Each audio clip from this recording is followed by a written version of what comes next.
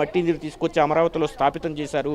ఆ మట్టి నీరే అమరావతిని కాపాడిందనే భావన ఉండడంతో ముఖ్యమంత్రి అక్కడికి వచ్చి మట్టి నీరుకి నమస్కరించి అమరావతి ఇక శాశ్వతంగా ఉంటుందని ప్రకటించబోతున్నారు. దానికి సంబంధించి మధ్యాహ్నం ఉద్దండరాయనిపాలెం ముఖ్యమంత్రి రాబోతున్నారు. దానికి సంబంధించిన ఏర్పాట్లను కూడా మంత్రి నారాయణ స్వయంగా పర్యవేక్షిస్తున్నారు.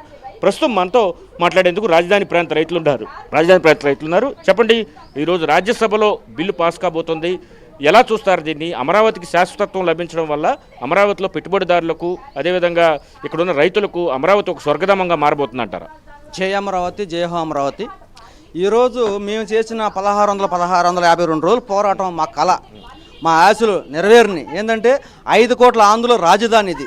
కనీసం మేము రాజధాని కావాలని రైతు కూలీలు, మహిళలు అందరూ కూడా కలిసి పోరాటం చేశాం.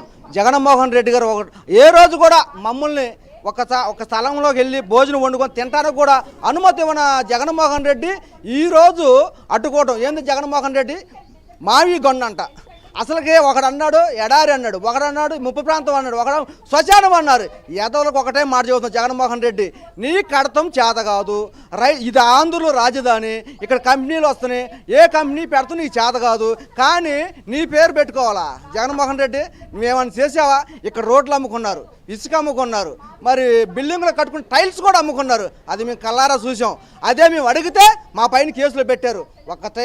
ఒకటి చెబుతున్నా జగన్మోహన్ రెడ్డి, లోకేష్ బాబు చూసి నేర్చుకో, ఆయన పరిపాలన ఎలా చేస్తున్నాడో ఆయన చూసి నేర్చుకో.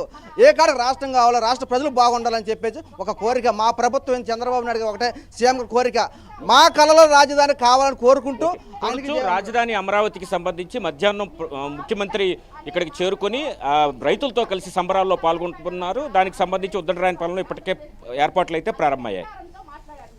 Right, thank you Satya, thanks for the updates. Nellore కలిసి సంబరాల్లో సీఎం చంద్రబాబు పాల్గొననున్నారు. అటు ఢిల్లీకి మంత్రి నారా లోకేష్ వెళ్లారు. కాసేపట్లో ప్రధాని మోదీని మంత్రి లోకేష్, టీడీపీ ఎంపీలు కలవనున్నారు.